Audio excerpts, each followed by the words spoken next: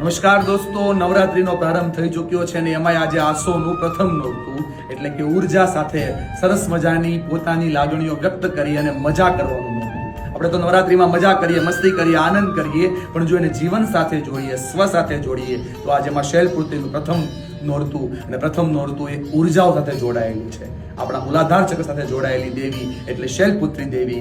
અને આ જેમનું ચક્ર નબળું હોય એટલે કે મૂલાધારની ઉર્જા જેની ઓછી હોય, એની ચંચળતા ખૂબ વધારે હોય, અસ્થિરતા હોય, સ્થિરતા ક્યાંય ના હોય. વાણીમાં, વર્તનમાં, વ્યવહારમાં, પરિવારમાં, સ્વજનોમાં કે ધંધાઓમાં કોઈ જગ્યા ઉપર વ્યક્તિ સ્થિર ના હોય. આપણે આ દિવસે માતાજીને પ્રાર્થના કરીએ કે અમારી સ્થિરતા વધે, સ્ટેબિલિટી વધે. અને આ સ્ટેબિલિટી માટે તો આપણે મતતા હોઈએ છીએ. આ તત્વજ્ઞાન કે મોટી ફિલોસોફી કરવા માટે નથી કહી રહ્યો, પણ જો આ નવરાત્રીને સાચા અર્થની અંદર એક એક ચક્ર સાથે જોડીએ તો આપણે સ્વની ઓળખ કરી શકીએ. અને એટલા માટે જ આ નવરાત્રી મોજ માટે તો છે, પણ જાતને ઓળખવા માટે પણ છે. Thank you. જય માતાજી.